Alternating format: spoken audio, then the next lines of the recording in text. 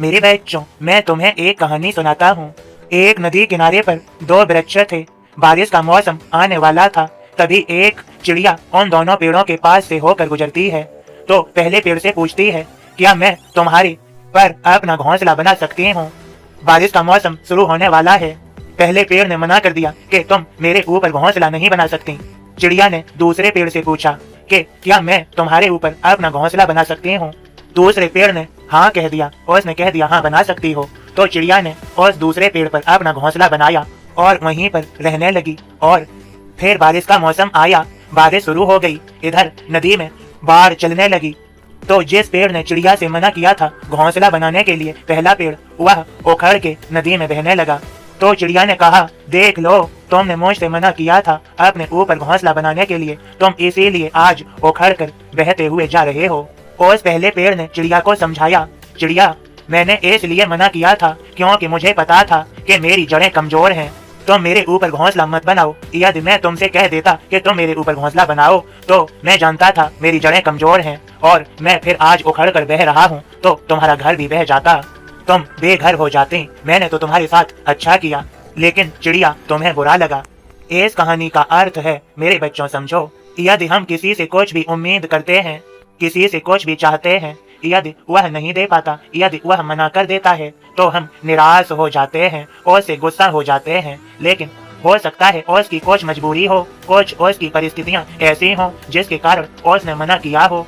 यह नहीं सोचते, बस इसलिए गुस्सा हो जाते हैं क्योंकि उसने मना कैसे कर दिया, उसने हमारे अनुसार क्यों नहीं कहा, हमारे अनुसार क्यों नहीं किया, उसने हमारी मदद क्यों नहीं की। मेरे बच्चों, दूसरों की भी मजबूरियां होती हैं, कारण होते हैं। तुम्हें क्या पता दूसरा किस कारण से मना कर रहा है, किस मजबूरी के कारण मना कर रहा है।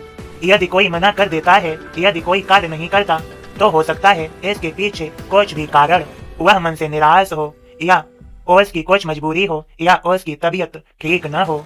मेरे बच्चों, दूसरों की भी मजबूरियां समझो। अगर कोई धनवान है तो वह यह न समझे कि सभी धनवान हैं। किसी के पास पैसे की कमी नहीं है। मेरे बच्चों, कईयों के पास पैसा नहीं है। उनकी रोजी रोटी कैसे चलती है कि ये तो वे ही जानते हैं। और मैं जानता हूँ, जो जिस तकलीफ से, परेशानी से गुजरा न हो, वह क्या जानेगा उस तकलीफ, परेशानी के बारे में। तभी तो मेरे बच्चों, कभी कभी कुछ परेशानियां, तकलीफें हमें तोड़ने के लिए नहीं आती, हमें सिखाने के लिए भी आती हैं कि ऐसा भी जीवन होता है। मेरे बच्चों, प्रसन्नता तो और शांति और सुकून स्वयं के हृदय में, स्वयं के भीतर होता है, यह दुनिया में कहीं और नहीं। मेरे बच्चों, यदि देखा जाए तो यह समझदारी सीखी जाए कि हम जो आज हैं, कई तो आज हमारी जगह पर भी नहीं है। हम अपने से बड़ों को देखते हैं जैसे अपनों से ज्यादा धनवानों को देखते हैं, तुलना करते हैं अपनी दूसरों से। इसी के कारण तो मेरे बच्चों दुखी होते हैं। तुम्हें पता है, तुम जैसे भी हो स्वयं में श्रेष्ठ हो। मालिक ने तुम्हें यहाँ पर स्वयं में श्रेष्ठ बनाकर भेजा। तुम जैसा यहाँ कोई नहीं। बस अपनी तुलना दूसरों से मत करो। तुलना करनी है तो यह करो कि तुम दूसरों से कितने अच्छे हो, कितने श्रेष्ठ हो। अपनी श्रेष्ठता को जानो, पहचानो। मैं तुम्हें समझाता हूँ, अपनी सच्चाई को अपना आचरण बना लो, सब परिस्थितियाँ अनुकूल हो जाएंगी। तुम अपने आप को देखो, तुम कैसे हो, कोई ढोंग, कोई दिखावा नहीं। जैसे हो वैसे ही अपने आप को बिना ढोंग दिखावा के रखो। तुलना करना बंद करो। तुम जैसे हो वैसा और कोई नहीं। खुश रहो मेरे सभी बच्चों। तुम्हें सभी को मेरी कृपा भरा आशीर्वाद। सबका मालिक एक।